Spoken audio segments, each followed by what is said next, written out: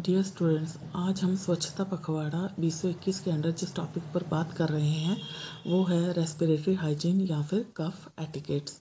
तो सबसे पहले हम जानेंगे कि रेस्पिरेटरी हाइजीन होती क्या है।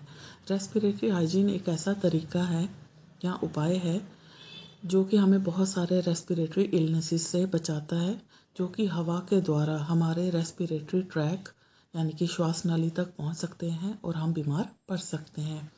ये बहुत सारे रेस्पिरेटरी पैथोजेंस जैसे कि वायरस, बैक्टीरिया, फंगस या और बहुत सारे ऑर्गेनिजम्स के थ्रू हमारे अंदर पहुंचते हैं और हमें बीमार कर सकते हैं।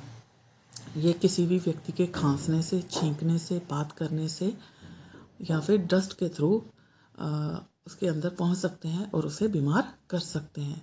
अब हम जानेंगे कि कौन कौन से रेस्पिरेटरी इन्फेक्शंस होते हैं। रेस्पिरेटरी इन्फेक्शंस में आता है कॉमन कोल्ड, जिसे कि हम इन्फ्लुएंजा भी कहते हैं, flu, bird flu, swine flu, tuberculosis, corona virus, sinus infection, bronchitis, pneumonia और कफ, शॉर्टनेस ऑफ ब्रेथ। ये कुछ रेस्पिरेटरी इन्फेक्शंस हैं और इनमें से कुछ रेस्पिरेटरी इन्फेक्शंस इतने खतरनाक हैं कि किसी भी इंसान की डेथ हो सकती है। अब हम जानेंगे कि अगर किसी को रेस्पिरेटरी इन्फेक्शन हो जाए तो उसे किन चीज़ों का ध्यान या किन बातों का ध्यान रखना है। सबसे पहले अवॉइड करिए क्लोज कांटेक्ट।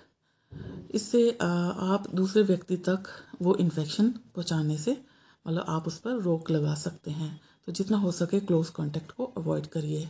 दूसरा, जितना हो सके आप घर पर रहें। अगर आप बीमार हैं तो आप घर पर रहें, आप अपना ध्यान रखें, आराम करें, अपने नाक और मुंह को ढक कर रखें, अपने हाथों को साफ रखें, उन्हें धोएं और जहाँ पर आप बैठें वो जगह साफ़ हो, साफ़ सुथरे कपड़े पहनें। तो ये इन बातों का आपको ध्यान रखना है। अब हम जानेंगे कि रेस्पिरेटरी हाइजीन क्यों ज़रूरी है। देखिए, जब कोई भी इंसान खांसता या छींकता है तो उसके मुंह से एयर ड्रॉपलेट्स जो है निकलते हैं और वो किसी भी हेल्दी इंसान तक एयर के थ्रू पहुंच सकते हैं और वो इंसान बीमार पड़ सकता है। इसलिए रेस्पिरेटरी हाइजीन को फॉलो करना बहुत ही इम्पॉर्टेंट है। तो इसके लिए हमें क्या क्या करना चाहिए। सबसे पहले, अगर आपको महसूस हो रहा है कि आपको खांसी या छींक आ रही है तो आप लोगों से थोड़ा दूर हट के खांसे या छींके ताकि उन तक ये इन्फेक्शन ना पहुंचे। दूसरा, आप पब्लिक प्लेसेस पे जितना हो सके अपने नाक और मुंह को ढक कर रखें। तीसरा, आप पब्लिक प्लेसेस पे जितना हो सके अपने नाक और मुंह को ढक कर रखें।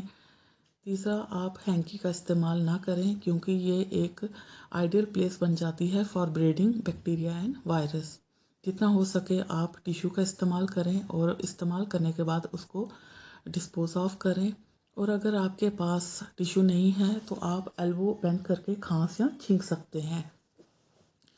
इसके बाद अगर आप किसी ऐसे व्यक्ति के पास खड़े हैं जिसे कि खांसी या छींक आ रही है तो आप उसके बाद अपने हाथों से अपने चेहरे के किसी भी हिस्से को ना छुएं और अपने हाथों को धोएं।